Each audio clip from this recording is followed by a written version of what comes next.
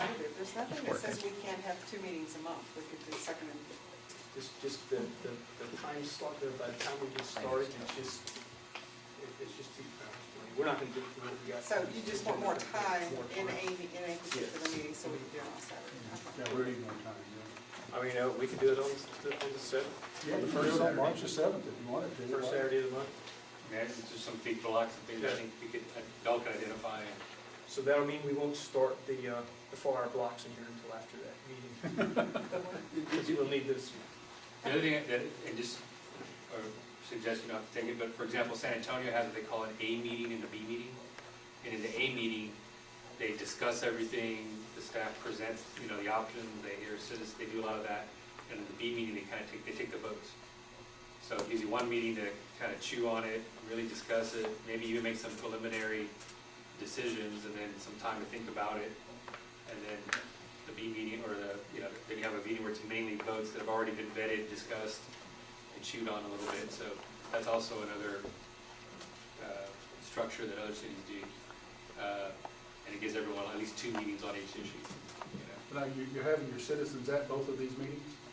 It's an open meeting, you have to- Yeah, they're open meetings, yeah. Okay. But for example, at the A meeting, they'll have, let's say this health and safety ordinance, and know a little bit, lay it out, here's the proposal, everyone can dig into it. And then, like I said, even at the B meeting, questions can be asked, but like you mentioned before, maybe 90% have already answered in the first meeting. Well, I just didn't want it to end up to be something like a, Town hall. like going into executive session. That always gives the appearance that you're hiding something from the public. And I've just never liked those, but. San Antonio does that weekly, so it's a very Yeah, different scenario, which is I- one example of the thing, but I've got 2 for boards now, on just having my a big meeting is also. retirement that they do it constantly, and you have no idea what they're doing in there. And it bugs you. So, yeah, as long as the public is available and can see what we're doing, I have no problem with that. So we can do this on the 7th then? Saturday, March 7th. March 7th, What time? 9 to 5, he 9 said. to 5, 9 to 6, with a break for lunch. I mean, it's open. What do you want to do? Well, that doesn't mean we have to stay that entire time if we need Okay. to. And we can break, Yeah. we can break for lunch. Okay, that'll work. So, Yeah, you don't have to sit here until 5 twiddling your thumbs and get I'm done. putting with lunch. okay, so the motion is to hold special, we're calling it a special council meeting Yes. on March the 7th to address unfinished business or new business if it arises. We'll have prepared agendas, so try to, you can also put more things on there that, Right, if we have time, we'll get to these. okay. And then reminder also that it requires 4 for a quorum, so if you can't be present, let folks know, so we can make sure there's at least 4, Also, it's because it's a special because meeting. it's a special. So the motion was made. I'll second his motion, yes. Okay. March the 7th. Mr. Tremblay has a motion on the floor for a 9 to 5 meeting on the 7th of March, Saturday. And break for lunch. That's right. Seconded by Mr. Gay. All those in favor? Okay, this is one of the specials where we only have 4? We have to have a minimum of Yeah, 4. we have to have a minimum. Okay. Okay. That carried unanimously.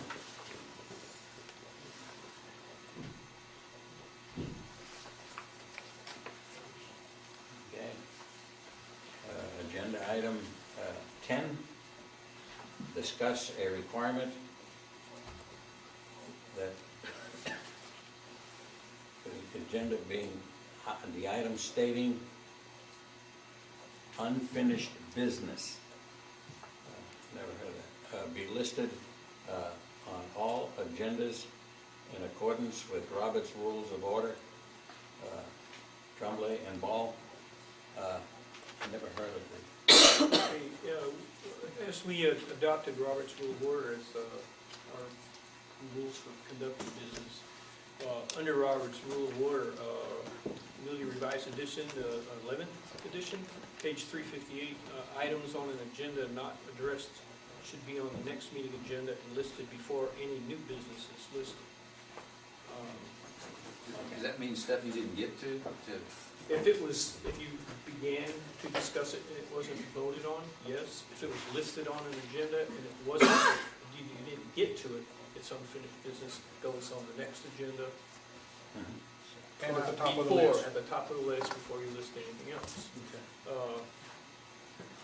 I've So got the the little, stuff you didn't I got the little get to? cheater book if you wanna look at it, but the whole edition, the whole book is Well, actually, I have quite one. lengthy, Yeah, but that's where it's listed if you wanna, look it up.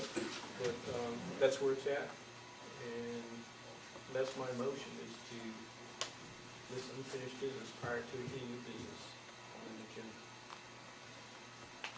agenda. There's an attorney general opinion on this. You can create a category like unfinished business and list agenda items, but the agenda items have to be specifically listed. Because under the Open Meetings Act, there's the requirement to give the public. Right, and that's what, So you just the can't item put will be listed, the whole item, not just say unfinished business, and we're gonna talk about all this stuff when you get to it. It'll be, item 1 will be item 7, unfinished business from the previous meeting. It'll need to be listed as, It'll be itemized, right? Right. That's why we get clear about, right? Very So similar you can't to say what unfinished we're business, doing but now. each Right. item is specifically listed. because there's no such thing as old business, it's just unfinished. Yeah. Okay. So I'll make sure everybody knows it still has to be the full agenda item. Right. And, yeah. Okay. So if there are not any issues, I make a motion that we, I have one more clarification. There's two ways to amend the agenda procedure. This is basically an agenda procedure. One way would be a resolution, which is kind of what we're doing right here, or we could amend the ordinance to require it, which is the stronger way to do it. And then basically, then the city clerk is tasked with, when she compiles an agenda, she's creating basically an agenda category called unfinished business and relisting everything that should be on there. So again, I'd recommend doing an ordinance or amending the ordinance, otherwise in 2 years or something, it's hard to find just motion. right, yes, so, I mean, we don't have those items yet, but when we get to the point where we have expenses and money brought in, we should have a budget on item Right. as well. You can have at the standing beginning of items on each the meeting, agenda. right, and we should follow that Consent format. item, like we've added consent item. So for example, on this, we could add a section to the ordinance, which we put together that says unfinished business. The city clerk shall, on the next regular, the next regular agenda, place any items that were not, either not, this is where we need the definition. What is an unfinished business? It's something that wasn't, we ran out of time, we didn't get to. An item that was addressed but not voted on, where we didn't have time to vote on it, or an item that was on an agenda and wasn't brought up, we didn't have time to get to. Or what about items that are postponed? If it's postponed, I mean, if you're postponing it in accordance with the rules, It you're can come after postponing the it, it can unfinished come business. again, but it would have to Got be, it. if you're postponing it, you pretty much addressed it. Got it. If you're tabling it, you're putting it, It's done. it's done. Yeah. If you're postponing, then and you don't set a date, then it's kind of just hanging there. Usually you can bring it back any But I point in think time. according to the Well, rules, a postponement means the next agenda. Typically, and we have this weird, well, because you have the state law on top of Robert's rules. So, right, in a normal meeting, a non-public meeting, it would come back. In a public meeting, it has to be firmly put back on the agenda. So the way to kind of mesh the two is doing what Ms. Tremblay suggested, is requiring that it be firmly put back, and just do it by statute, or do it by ordinance, rather than practice, so that it's required. Logistically, I just don't want to get a situation where the clerk was like, I didn't think that was coming back, and the council member said yes, so it would be clearer, and you don't have to take this, it would be clearer if it would require the council to name them. So let's say it's 5 minutes till the meeting's adjourned, someone makes a motion to put all remaining items on the unfinished business, and then that ordinance requires the clerk to put it in, nobody has to submit them to her, or we have to be fairly descriptive, like, and I can see, for example, an item that wasn't voted on, can get ambiguous. But it's the will of the council. I'm just trying to give some clarity to the ordinance. Should they be listed chronologically as they appeared in the previous I don't think agenda? so, as long as they're on there. It's whatever you wish, I mean, Well, I think if we pass an ordinance requiring it, the clerk prepares the minutes. And so she has the minutes and she sees what items were addressed and what wasn't. And if she comes to, when the items are, she no longer has verbatim to put into the minutes, then those items go on the next agenda. So, I mean, we can do it as an ordinance requiring the city clerk. But we have an ordinance already, what you're suggesting is amending the existing right, we ordinance to include this. add a new section that describes this. And then Describes the unfinished business. The unfinished business section says the clerk shall, so we would make that like, And hopefully this will get us to where we don't lose in the shuffle these right, agenda items that never seem to come back up again. if you put them at the beginning, you may have a very long unfinished business. But, and then the council can always change the order by motion. Someone can say, well, we have this important new thing, let's do that first. So you can do that. Take drive off the road, please. I just want to make sure the clerk had clarity, because I've seen situations where, especially when council start, not necessarily getting along, I want to make sure the clerk does exactly what she has. So if somebody says, for example, we say, we're going to take no action, is that an unfinished business item, or is that a item where no action is taken? right. That's probably the most common scenario in the community. So if we decide to take no action, the council does that for different reasons. Sometimes they take no action because they discussed it, it didn't seem like, sometimes they take no action to get more information. And I hope I'm not letting you know, I'm just trying to think. No, because I was thinking the same thing on the things that we did a, action table. If it's no action, I mean, if we bring it up again, it's still Right. gonna be no action.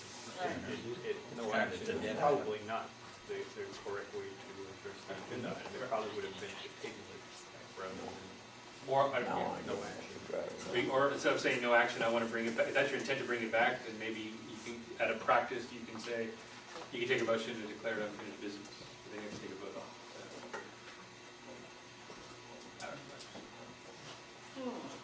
Or we can keep it simple, see how it works.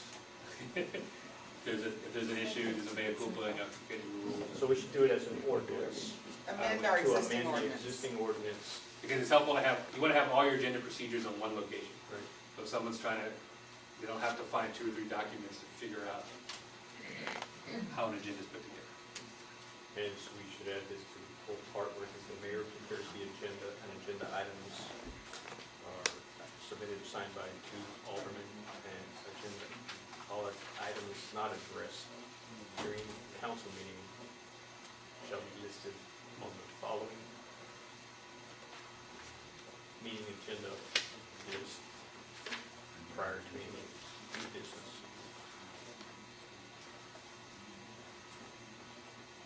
Shall be.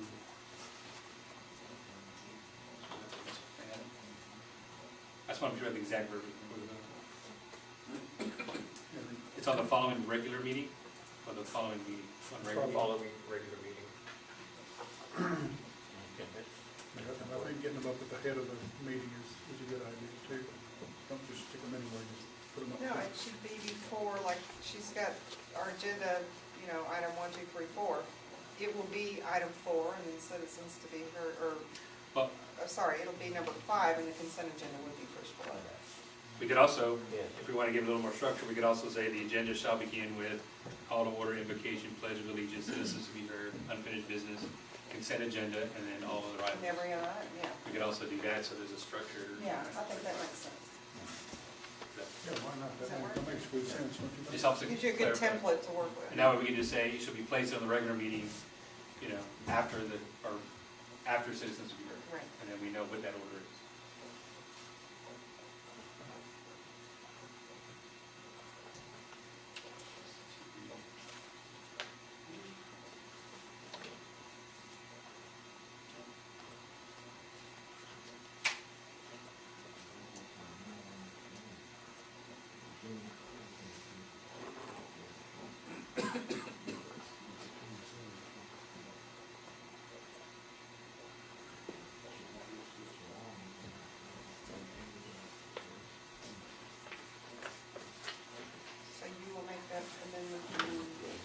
I'm just gonna read it. So we're gonna have a new section in the ordinance that says, it's called unfinished business. And it should say,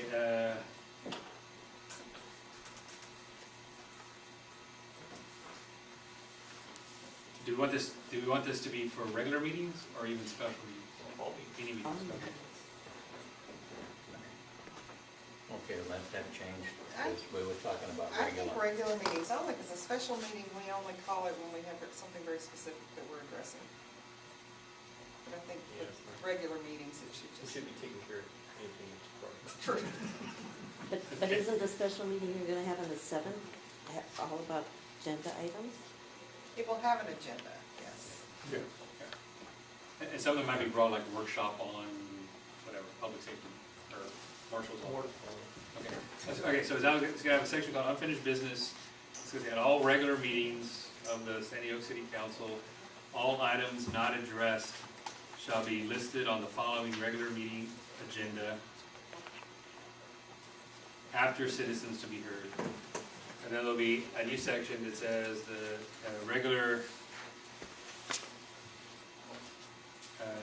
meeting agenda shall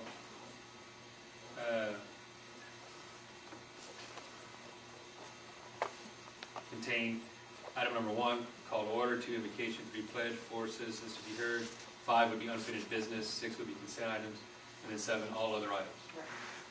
So we have a list. So the motion would be to amend the agenda procedure to do My this. motion to amend the current Ordinance. ordinance, that it be amended to include unfinished business to be addressed prior to the business, as drafted. As- And I will second that. Mr. Tremblay has a motion on the floor to modify the existing ordinance, unfinished business, seconded by Ms. Ball. Those in favor? Unanimous. Thank you.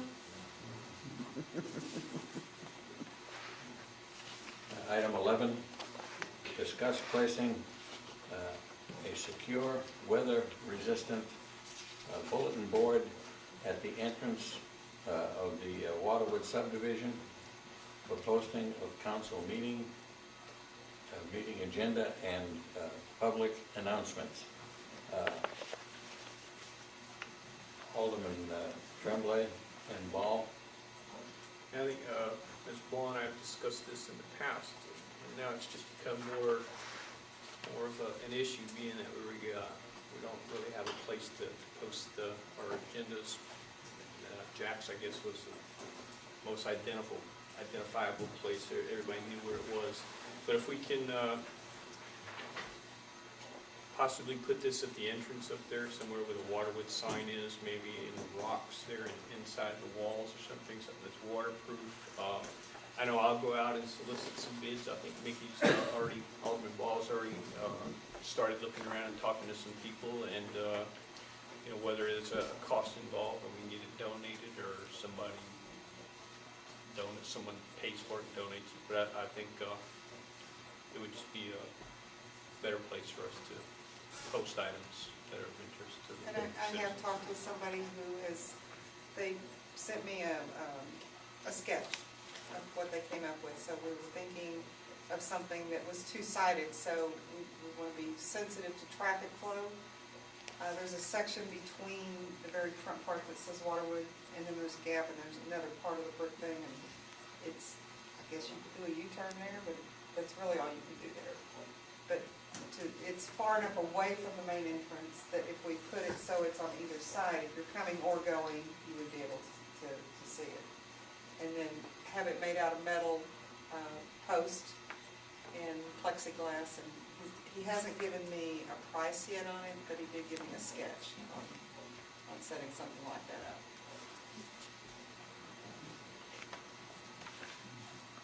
What size do you propose? Something like 3 by 5, I 3 by think. 5. Something large enough that we could probably Right. make these bigger. the print meter. Oh, I see what you're saying, blow it up big enough that you could actually read it sitting in your car if you're Yes. driving by. Okay. I sure get a bunch of letters back there. That would take a pretty good size sign. Yeah, takes a Yeah. 4x8, yeah. I would only caution that if you do obstruct traffic flow, Right, someone gets rear-ended, goes Right. with liability, that you may look for an alternate location. right. I don't know, you may want to approach the Dollar General. And we can discuss that later. I think we just get to the point where, let's do this, and I'm just saying, someone like that may want it, it takes people to their business, Right. and when they're parked there, they might And go they in and have shop. parking. Right, so maybe at the edge of the And it park. also includes the other people that don't come in Waterwood. Except for Good the ones idea. down Priest Road. That's what, yeah. Dollar General's a good idea. Right. They don't need this stuff. Never know until you ask. So in addition to the price, you may want to come up with a couple of possible locations. True.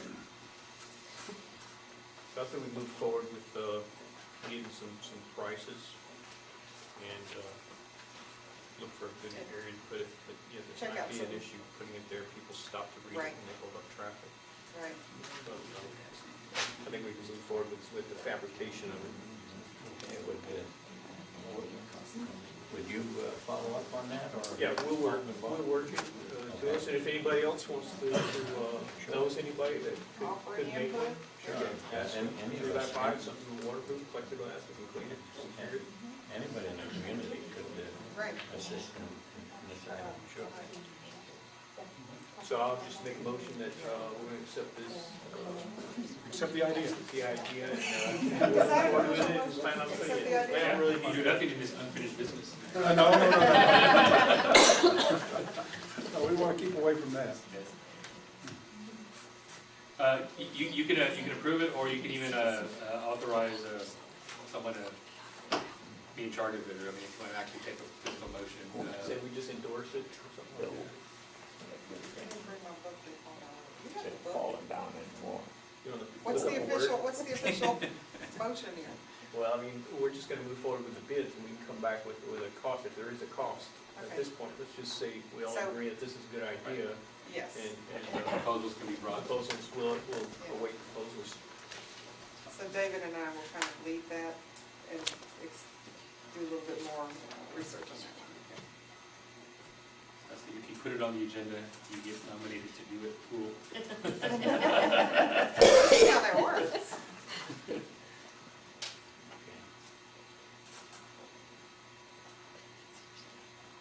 Okay, so this is just a working Yeah. item. Working on it.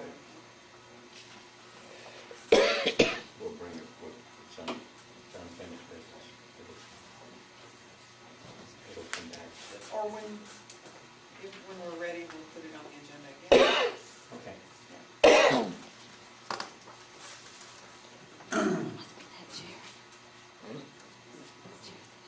So if anybody has any ideas and stuff, they can get to either Contact you or. us and Yeah. Okay, sounds fine to me. Okay, so we don't even have to go around anything here. This is an ongoing item, working item. Okay, item 12 on the agenda.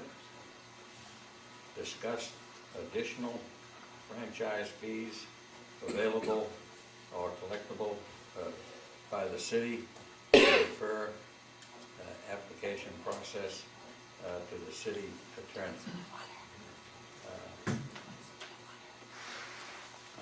I've been kind of toying with this, especially with saws. They're a tough one, but I don't know whether or not they'll bend and come in our favor. But Mr. Puente is a pretty tough litigator. Okay, well, I know if we're getting them from CPS, we should be getting them from SAWS, we should be getting them from AT&T. Yeah. I think we need to address it, and so see, I would Just just, Centerpoint Energy in there also. Centerpoint, okay. I mean, we need to look at everything that's available, and we need to go after them. how do we identify what all the options are? A franchise fee, when you really look at the technicalities of the contract, it's a road maintenance or road usage fee. So it's any utility company that uses our public roads and public rights of way to maintain their line. So it's you know, telecommunications, gas, water, sewer that we don't have, and electricity. CPS was in my experience, is one of the more friendly ones. They have it worked into their cost structure already, and they give us a pretty good deal.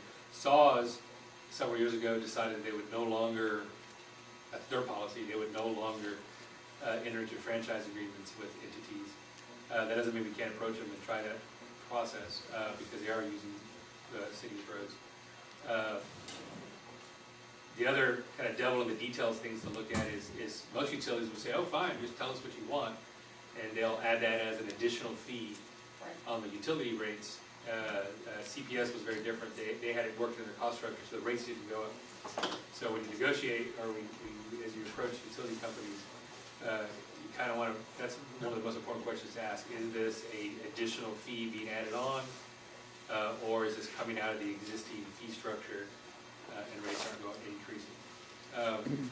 And so most companies, or most utility companies, when you approach them, they're quick, oh, we have a standard agreement, and it's usually of the latter where they're adding on a half cent or a cent or whatever it is for that industry.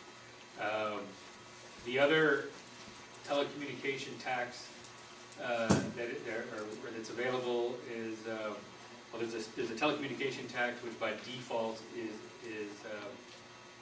exempted in municipalities, and that can be repealed. Again, that does increase the cost, but that's a tax on cell phone usage, you know, wired fi cards, anything that's cellular type communications. Most cities have repealed those exemptions, but that again is an increase in the actual tax or fee for the user. So it really comes down to sitting down and trying to negotiate with them, but the willingness, you know, the willingness, you know, Does TML have a guide? I think they had a book. They do. They have lots of guys. They have one on franchise fees and kind of explaining how they work. Yeah, revenue opportunities or something, I forget what the name of it was. And most utility providers aren't getting a windfall like San Antonio was. So that's just the reality. But we can start. I mean, we can start by saying better for everyone. Most utilities have a standard franchise agreement because they offer it the same to everyone. So those can be looked at and as a starting point, and then trying to negotiate the feel the best or equitable to the residents. What about the trash companies? The trash companies, those are typically negotiated if you give a award a trash contract, which can be done. The way that typically works, just again structurally, is the city will set up a permit for a residential or commercial trash or solid waste company, and to limit the number that can be issued to one. And so then you can put out bids for that permit, and in there you can negotiate for a franchise in the rate. In my experience, if you go from a scenario like you have now, we have multiple providers down to one, you can typically both lower the fees, the average fee being paid, and receive a franchise just because of density. So the trash companies, they have every house on every block. It reduces their cost of coming in here, and so they can offer a lower rate. And so that's probably your best place to go first for a franchise fee that isn't going to impact what people are paying already for their various utilities. And there's a possibility that it could go even lower. The other thing it lets you control are things like fuel surcharges, which aren't as big of an issue today, but they were a few years ago. And who knows, the price of gas might spike again. But a lot of companies do fuel surcharges, and so you can cap those or limit them or on those as well. So there's other protections you can put in on a garbage contract. May I ask for the city clerk to investigate the book? You know, I can't remember what the name of it is, and I'm gonna go find out, but I know I did a little research on there, and what's its revenue opportunities I or wrote something? down revenue opportunities and franchise. Because it might be fees. something the city might want to, it was inexpensive, $10 or something like And that. it's something, this might be a good candidate for our day-long meeting on Saturday. Right, They can come in, I can bring a sample garbage contract, we can explain process, and y'all can chew through all the, perhaps the requirements you want for the bids. And then maybe we can even bring back some more information on the different utility providers. We can make requests, okay, you know, gas is offering this, and these are their standard contracts. What does that limit, does that allow other trash companies to come in here, or is it just, that's it? Yeah, That's the one it depends on how you structure it, but typically that would be the only thing provided. Some cities can break it into two. There's a residential solid waste provider and a commercial. We have very few commercial, but they can also be on the same, so the contract can deal with both residential pickup and commercial dumpsters. The thing that's typically exempted from that are roll-off dumpsters for construction sites. Those are typically not regulated. In fact, they're exempted from the state law. So you may give, let's say, I don't want to name a company, but company X can have your contract. You may see a company Y roll-up dumpster at a construction site. And those are exempted because they're considered temporary for construction. I do have another question, related to the franchise fees. Do we have a tax number yet? Yeah. Tax ID number? Yeah. Okay, the reason is, we got a phone call today from CPS, they'd like to send us a check, but they need a W-9. So Perfect. could you put a note on there? I think I forwarded that to you. Yeah, the check's there. Okay. So we can make sure we have W-9s to send to these people. No problem. The shortcoming with that is the bank, because I tried to get It should be ready tomorrow afternoon. government type, bank account. It should be ready tomorrow afternoon. The account should be established tomorrow afternoon. Okay. What about the controller's sales tax on it? He didn't know what I was talking about. I was going to do it with you.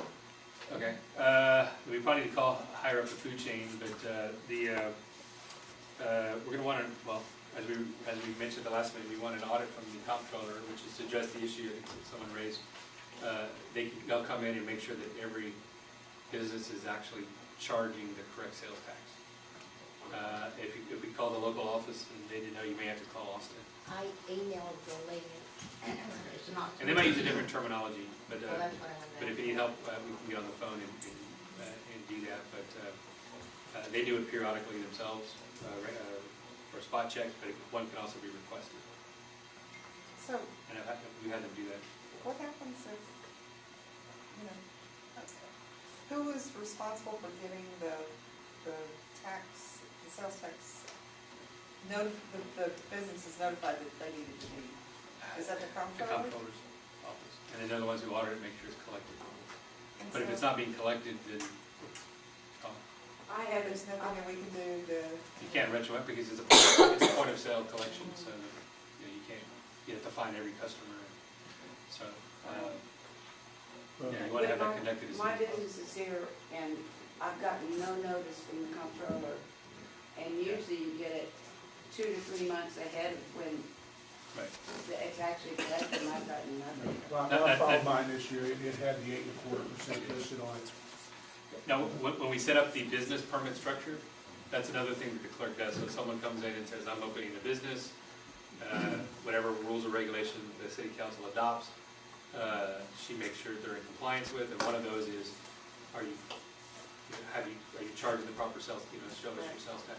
So that's the safeguard method for the city, is the business permit process. And if they're not, and they can adjust it, or if they refuse, then you call the comptroller, and they have a police so force. who's gonna contact the comptroller on this one? For what? So, For the audit, I'll call him. okay, And if they tell you again they don't know, just let me know, we'll go up the food Okay, chain, so okay, we'll yeah, talk to 'cause the that's- comptroller himself. And will the comptroller be upset that y'all made an illegal amount for sales tax? The sales tax that was passed was 1.5%, Plus, Plus a quarter. it was 1.5. there was One one plus a half plus a quarter. There were 3 Total one. propositions, I know what they were. And then the fourth being via. Via. We Or had maybe 1.5. originally done a 1%, then a 0.5%, and we had approved a second 0.5% that was supposed to be for roadways. But that 0.5% couldn't be done because VIA already had their 0.25% in there. no, you had Via's a half. half. Okay, well, I was told that it was 1/4%, and that's why we did a 1/4%. You didn't do a 40%, you approved a 0.5%. When you approved the 0.5%, you also approved a 1/4%, let's face it. A 1/4% is a part of it. You approved a 0.5%. Okay, You well, I'm didn't not vote gonna argue for a with quarter. it. Okay. But anyway, Who told you it would be able to quarter? We'll clarify it and brief the council.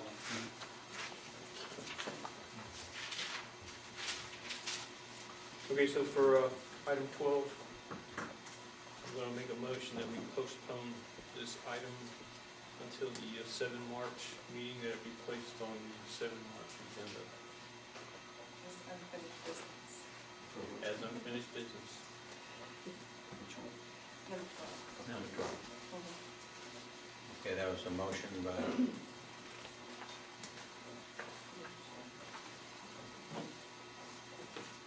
Mr. Tremblay.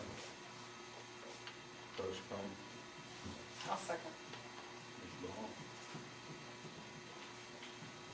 Okay, we have a motion on the floor to postpone this to March 7th meeting from Mr. Tremblay, seconded by Alderman Ball. All those in favor? Unanimous.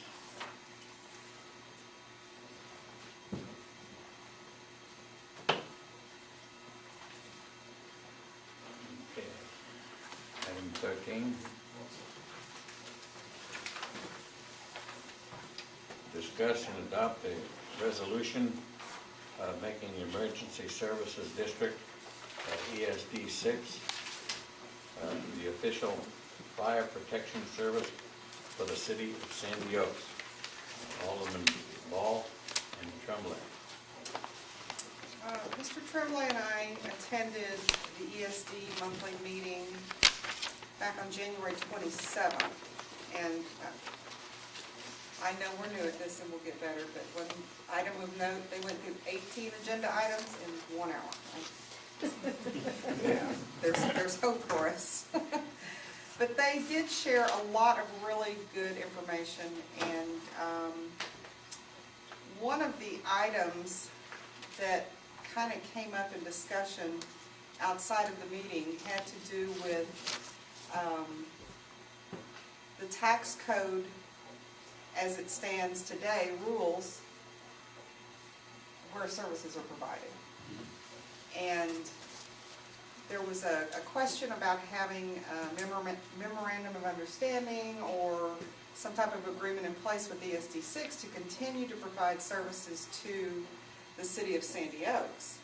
If you think about it, San Antonio doesn't get services, the city of San Antonio does not get services from ESD 6. But in their ETJ, they are, as I understand it, they are working with some contracts to have services provided. So it's not city services, but the county's going to provide that. So the whole point was that when the day we became a city, then we are responsible for our own fire protection. Now, this could have been part of the interlocal agreement where there is some discussion around you get 3 years of service. I do know in talking with members from ESD 6 that they're not going to not show up. That's not an option. But from a tax perspective, and the 2015 tax notices are not out, but we run the risk of not having fire protection services because we're not paying for it if it's not included on the tax. I did speak to the appraisal district, I think I mentioned Oh. that to you. I did speak to the appraisal district, I spoke to Kurt Menking. And he told me he has not been instructed to remove City of Sandy Oaks from the ESD tax rolls. Okay. Either we would have to request to be removed, or the ESD would remove us. They could remove us. That's what I was told. But either way, if we're going to remove it, it's a referendum item. It would have to go to the voters to remove the ESD. Yep. It's not something that we as a city council can do. And the concern that we have with that is, I did talk with the elections office, and February 27th is the last day to have anything put on the ballot for May. The reason why when San Antonio annexes and grows, the ETJs retract is because there's an interlocal agreement for that with all the ESDs. The county required when the ESDs were set up. So, and then when the ESDs were set up, or if the city incorporates after an ESD was already established, it does nothing to change the ESD. It's a special district created by the voters. So there's no automatic carve-out provision. There are provisions in the ESD code on how a community can carve out, but it requires a vote by both entities. And so there should be no change in tax rate. The ESD is still obligated under state law to continue service. There's no difference. Now, the city has the option to create a municipal department, where you can even do like sheriff and marshal, create a supplementary fire on top of what ESD has, but there's no automatic with removal from a suburban city, because that interlocal agreement doesn't exist, as it does with San Antonio. So the rule for San Antonio is very different and unique, and there's actually a provision in the state code that's only for San Antonio, and it allows that, an enabling statute for that. So, I mean, it should be an issue. If the ESD has concerns, we can talk to the attorney and clarify everything, but they're the primary until an action is taken to actually remove us. And in order for that to happen, it would have to be a ballot initiative, yes? If we initiate it, Right. that's what I was saying, if we initiate it, then it would be a referendum item. Yeah. Okay, But I was told that they could, if they wanted to, they could come up and say, well, we're not gonna So have that's- this well, district anymore. But if you look at what their, I don't their, think- their mission statement yeah. and what they're responsible for, they're handling everything. To change their jurisdiction, I'd have to look into that, but I don't think they could do it just by a vote of their But at board. this point, They have to be according to the by election. appraisal district, we're still paying the tax. If we're still paying the tax, then I said, this is a, I mean, this isn't, I mean, yes, we make them artificial and- ESD. and our as fire- odd as it fire sounds, protection. Fire service is not a service required by law.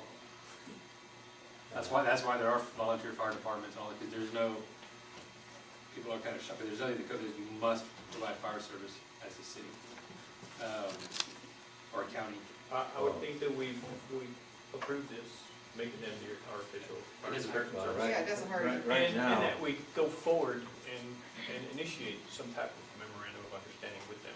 just well, to right make now, the way everything- they collect taxes here in ESD 6 is sitting right in the middle of almost 50% of all the taxes collected in ESD 6, right here.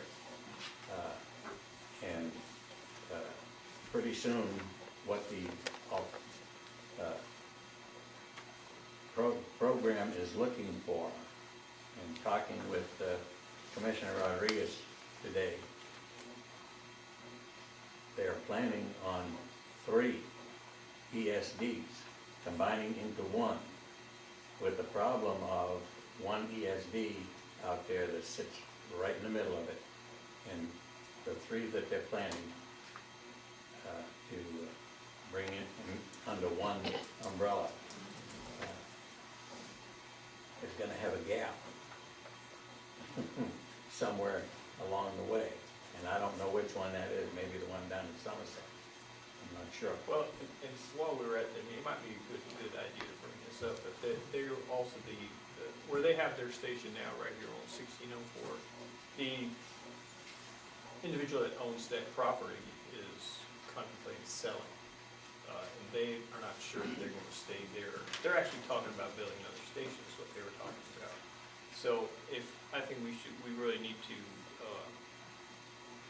address this, we need to accept this. Aren't they I mean, whether we pass this or not, they're still our, Well, they are, that's what I mean, but all we're doing is, we're just gonna adopt a resolution of our emergency services.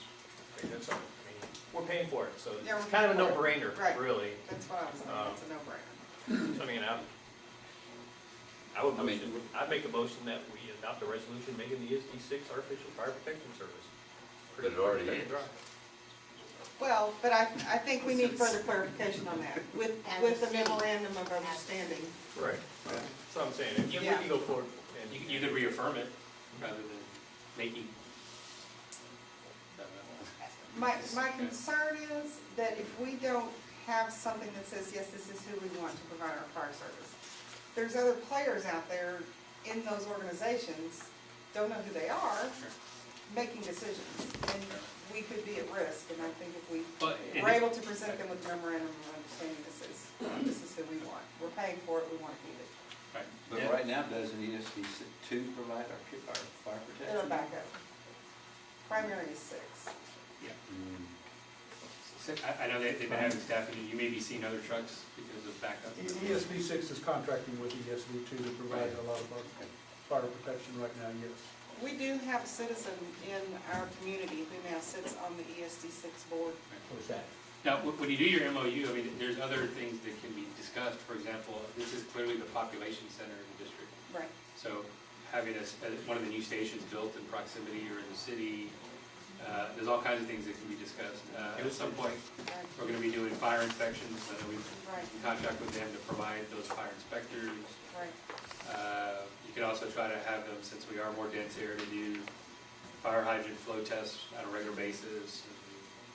So, with that, I mean, with that, resolution's fine, but we could also perhaps add it to there, on the resolution to, you know, like the mayor, or it could be the whole council, whatever, to sit down and try to see if we can negotiate an MOU that kind of clarifies more specifically some of those things, like, we would like ESD 6 to build a station or a substation in the city or proximate to the city, we want them to, you know, that type of thing. Then I think what I'd like to do, I know you've made a motion, can we change that?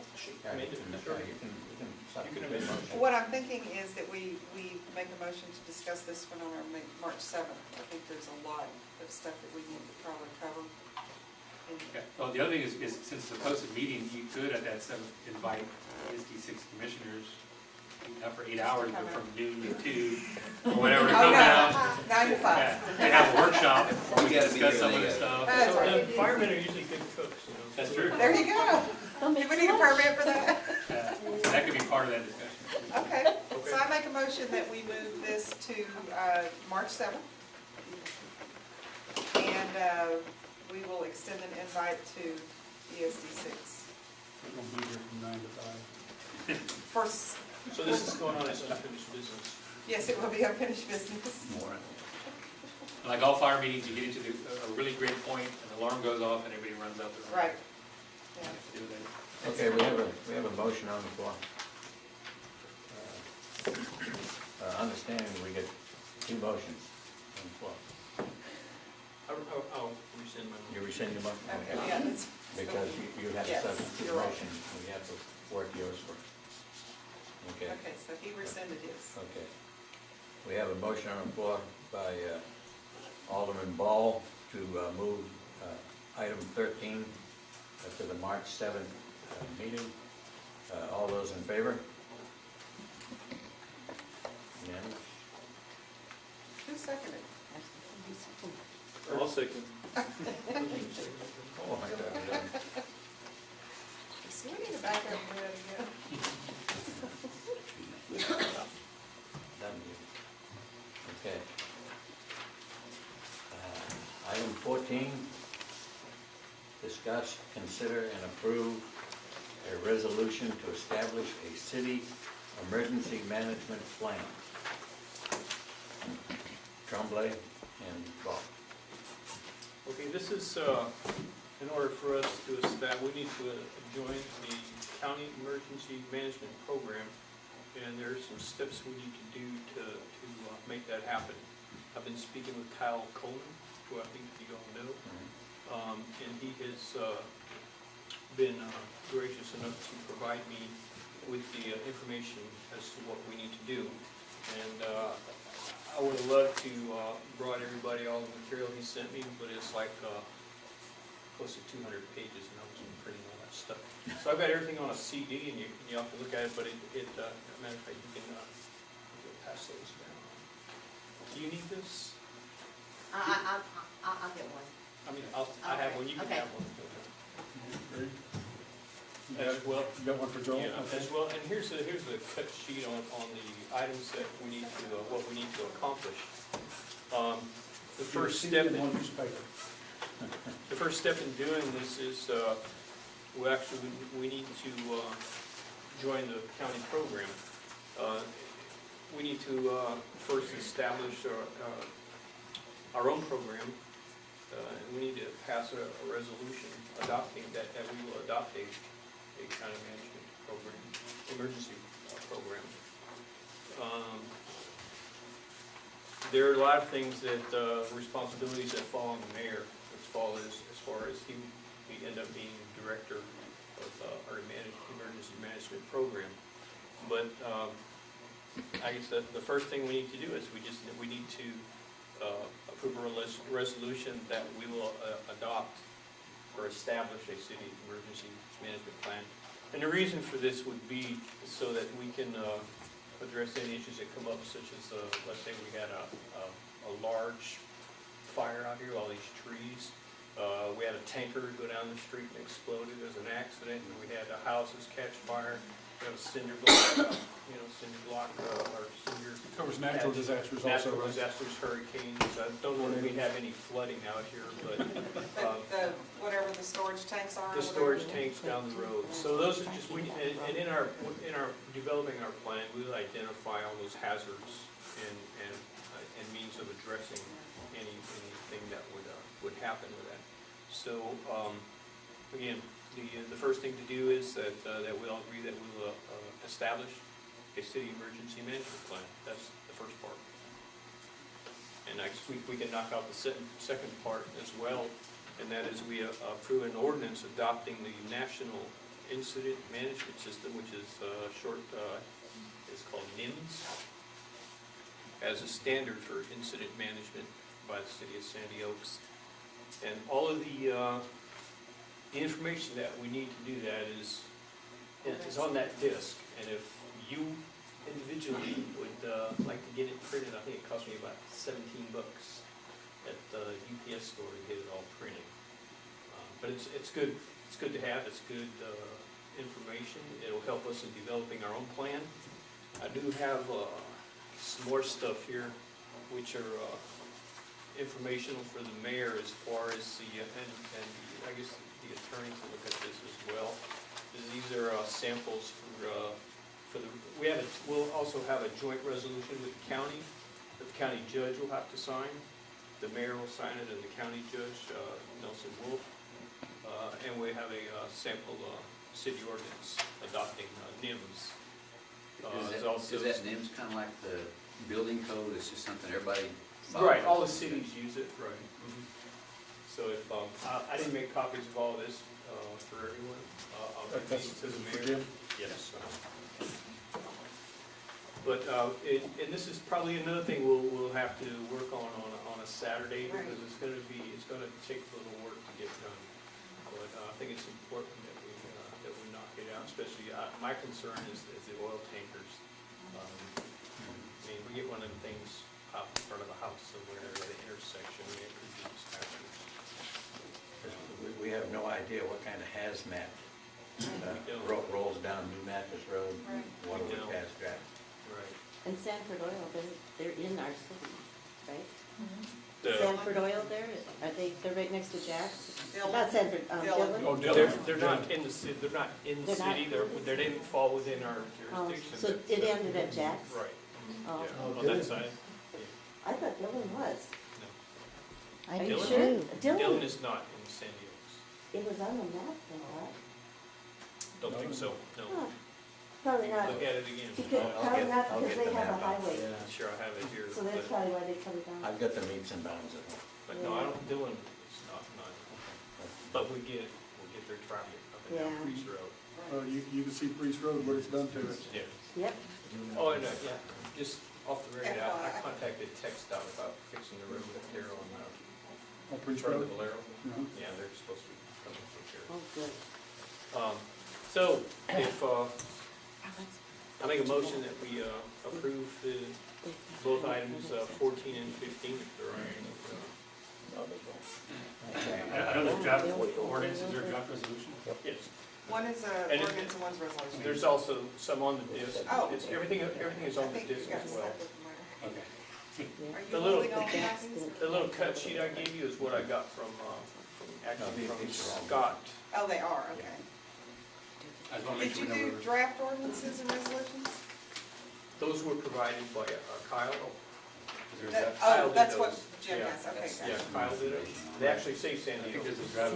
Oh, I didn't see that. Nice, okay. Jim has them, Okay. he's reading them. So I do, like I say, and I do have a point of contact, Mr. Mayor, you know Kyle Coleman. I have his phone number as well as Scott Lambright, you know Scott. Scott works with Kyle, and both of them would be more than happy to help us with any issues and questions we Yeah, have. they were very helpful today in the meeting we had. with- They're talking about Form 47, but I think that's something that's probably something I gave you there. Yeah, there's a Form 147. 147. Emergency Management Director, Coordinator, And Notification. that's you. And then you can assign someone as a coordinator as well, and we can have a committee, and the committee can actually be the actual council. So I did read some of that stuff, but I tell you, it's, when you put it all together, it's not a speed reader. Exactly. The city marshal could also, Exactly, yeah, any city employees, not citizens unfortunately, but it says city employees. This is one thing that we really need to consider. Is this part of the city master plan? emergency management often isn't, that's more of an infrastructure, but certainly it needs to be done. Coordinated with the county. Most emergency response is coordinated regionally. And he did mention that there is a requirement that all the cities who actually belong to the program vote to accept you in, but he's had a lot of luck here in the past. He's had luck just bypassing that and getting the county judge or the district attorney will usually bypass Yeah, that. But it is a requirement within the Texas Department of Emergency Yeah, and I don't think, Management, the after manual. that meeting this morning, I don't think that was a problem, the other cities. So it's, my motion is that we accept both items. Can I do both? Well, I would just do one at a time. Yeah, Okay. let's do it. Motion is to approve a resolution to establish the city emergency management plan. I will second.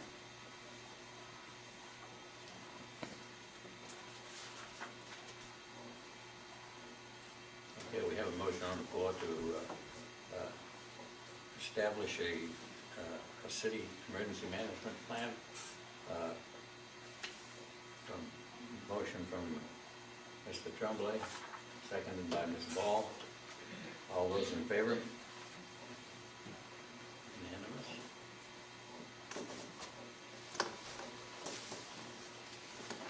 Fast.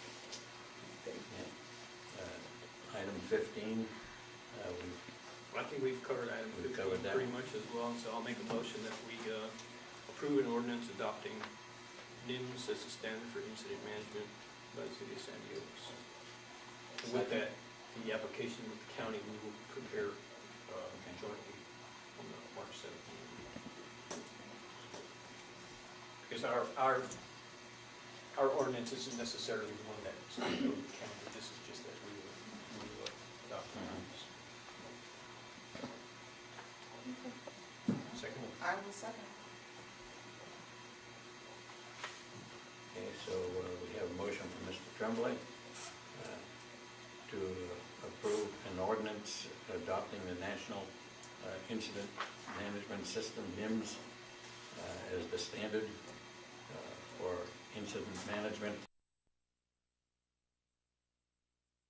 Austin, and some of their fees is gonna wow you. So, Have you not heard from, and I have one that was an email, and I've told them I prefer a hard copy in the mail. and then there was the one that I spoke to on the phone and gave her your information, you haven't received anything No, from her yet? no, I haven't received it. And I had another one also that said that it was a woman that was going to send me a hard copy, and I'm still waiting for it. But these this was like an eruption out of the TML posting. Within half an hour of the posting, this lady here came up and gave me a call, so we want to, as BJ pointed out, in some of the materials she gave me also, there's a lot of law firms out there, and we want to give them ample time to know that we're serious about what we're doing, the business we're doing here in this city. So I would be open to a cutoff date to do this, but we need to have a cutoff date that would come prior to a meeting. Well, I was thinking this, considering all of the submissions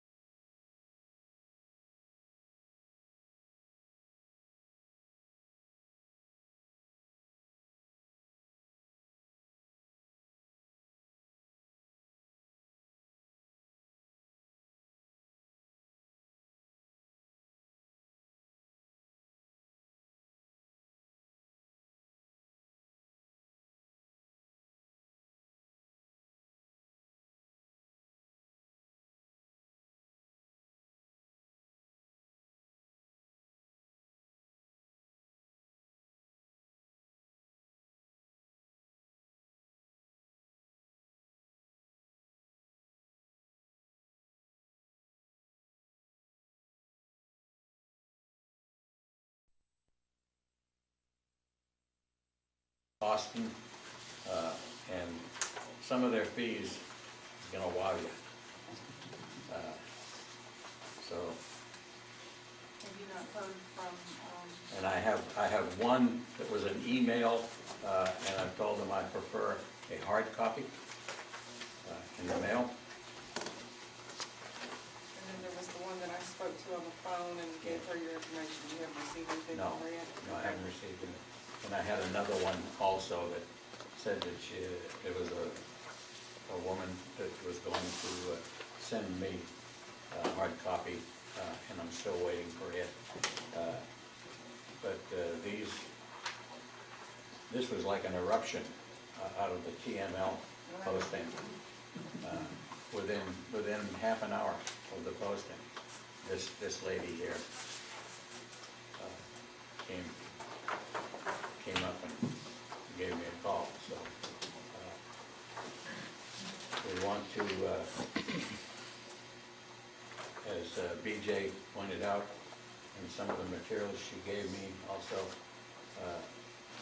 there's a lot of law firms out there, and we want to give them ample time to know that we're serious about what we're doing, the business we're doing here in this city. So I would be open to a cutoff date to do this, but we need to have a cutoff date that would come prior to a meeting. Well, I was thinking this, considering all of the submissions